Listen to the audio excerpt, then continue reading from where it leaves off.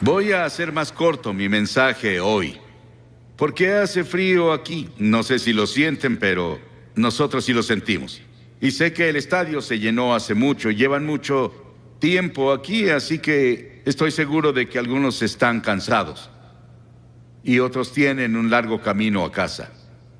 No les quitaré mucho de su tiempo, no es tardado presentar el Evangelio.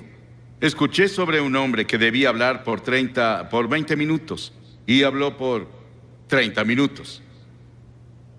Y después de una hora seguía hablando y el hombre que lo presentó ya no aguantó, así que tomó un mazo y se lo lanzó al predicador.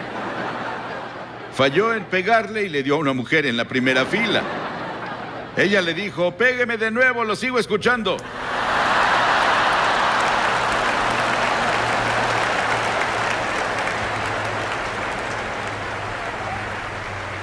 Gracias.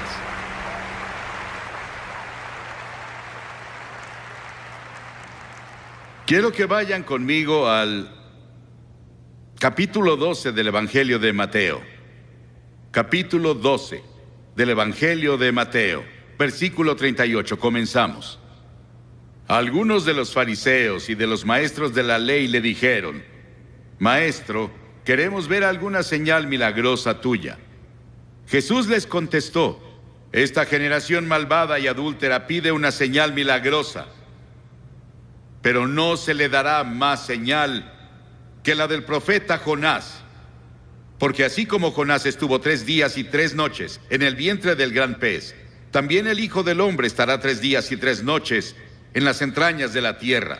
Los habitantes de Nínive se levantarán en el juicio contra esta generación y la condenarán, porque ellos se arrepintieron con la predicación de Jonás. Y aquí tienen a uno más grande que Jonás. En este pasaje, que se refiere al pequeño libro de Jonás, solo hay 4 capítulos en ese libro. Es uno de los libros más controversiales en la Biblia, pero también es uno de los más emocionantes e interesantes libros en la Biblia. Y lo lees de principio a fin y está lleno de emoción, pero también lleno del Evangelio. Él estaba apuntando al Evangelio, cuando Cristo vendría y moriría en la cruz y pasaría 3 días y 3 noches en la tumba y resucitaría de entre los muertos. Estábamos en Florida después de que Andrew los golpeó. Fuimos a South Dade. Hicimos un servicio llamado el Servicio de la Esperanza para las personas ahí. Jesse Jackson estaba ahí. Él llegó y se sentó en la plataforma e hizo una oración. El gobernador del estado nos había invitado.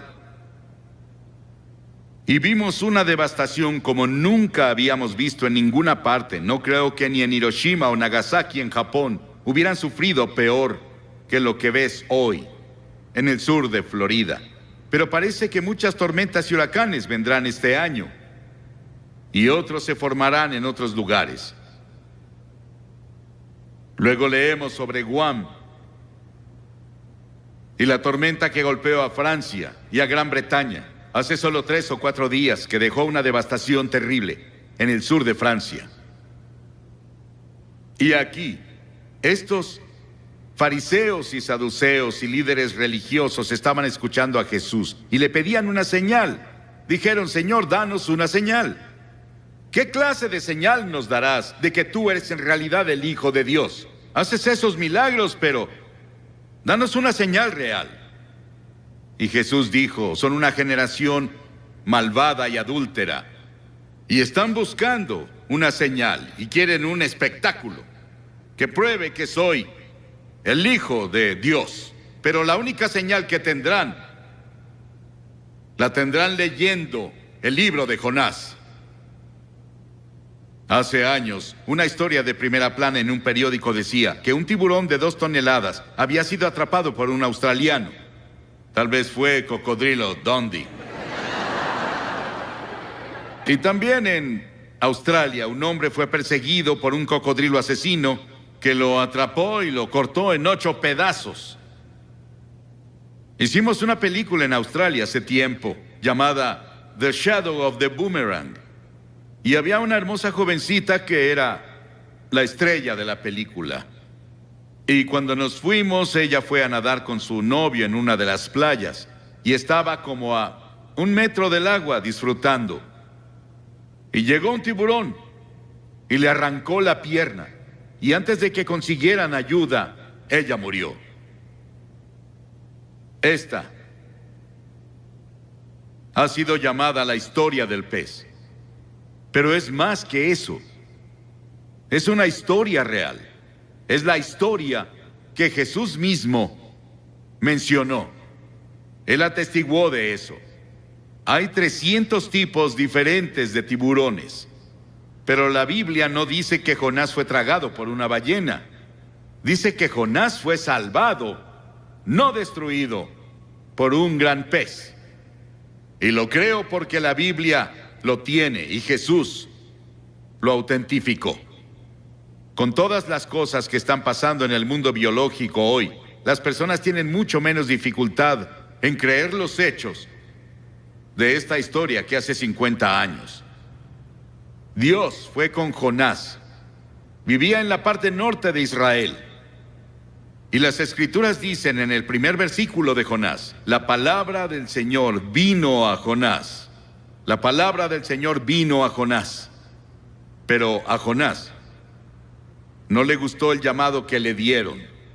Dios dijo, quiero que vayas a Nínive, esa gran malvada ciudad. Es la capital del imperio más poderoso en el mundo. Y quiero que vayas a predicarles y a predicar arrepentimiento y a decirles que si no se arrepienten, voy a destruirlos. Y a Jonás no le gustó, no quería a los ninivitas, porque los ninivitas llegaban con sus ejércitos y eran personas muy crueles. La historia nos dice que estaban entre las personas más brutales de la historia, y la forma en que trataban a sus prisioneros era algo que no repetiría desde la plataforma. Era tan horrible y tan terrible que Jonás no los quería. De hecho, él los odiaba. Y dijo, no voy a ir, Señor. Él fue a Jope, se compró un boleto y se subió a un barco a Tarsis, que estaba del otro lado de España. Y mientras estuvo en el barco, llegó una tormenta, un huracán les pegó. Y los marineros se asustaron. Creyeron que iban a morir y dijeron, algo anda mal. Comenzaron a orar a sus diferentes dioses. Y el capitán bajó al casco del barco y vio a Jonás acostado ahí durmiendo. Y el capitán se dio cuenta de que algo estaba mal, porque él oyó que Jonás estaba huyendo de su Dios. Y el capitán lo despertó. Y los marineros después echaron la carga. Decidieron que, junto con Jonás, él admitió que él estaba mal. Y dijeron, ¿qué haremos contigo? Él dijo, láncenme por la borda, y cuando caiga por la borda, el mar se calmará. El salmista dijo, ¿a dónde podría alejarme de tu espíritu? ¿A dónde podría huir de tu presencia? Jonás no podía huir de Dios. El diablo siempre tendrá un barco listo cuando una persona quiere huir de Dios. Jonás pensó que había pagado el pasaje, y el capitán del barco pensó lo mismo. Ambos cometieron un error. El pasaje más costoso que se paga es cuando navegas lejos de Dios. Entonces sí pagas un precio. La paga del pecado es la muerte. Cuentan la historia de Aaron Burr, quien estaba en Princeton y fue a una reunión evangelística y tuvo la convicción de pecado por 2 semanas. Y se puso bajo las estrellas una noche y dijo, Dios, no soporto esta convicción que pusiste en mí de mis pecados. Si me dejas en paz, no te molestaré nunca. Y desde esa vez nos dijeron que su alma está muerta. Intentó encontrar algo al final de su vida, pero ya era muy tarde. Esos marineros echaron su carga y cayeron sobre Jonás. Y Jonás cambió de opinión. Y Dios preparó un gran pez. 3 días y 3 noches tuvo para pensarlo. Qué terrible agonía debió sentir.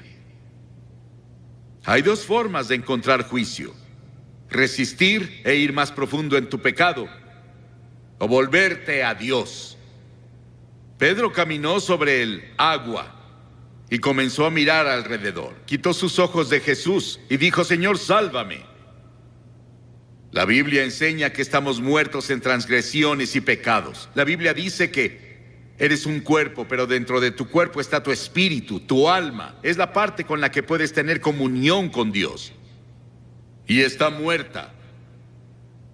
Y solo tienes vida por el Espíritu Santo cuando llegas y te arrepientes de tus pecados y recibes a Cristo como tu Señor y Salvador. Dios provee todos los medios de escape, pero tú estás atado de manos y pies por tus pecados. El Espíritu debe venir y cortar las cadenas, y luego tú saltas a tu libertad.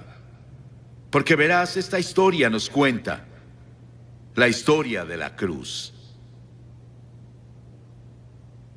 Que Jesucristo murió en la cruz, que fue enterrado, que resucitó y está vivo esta noche.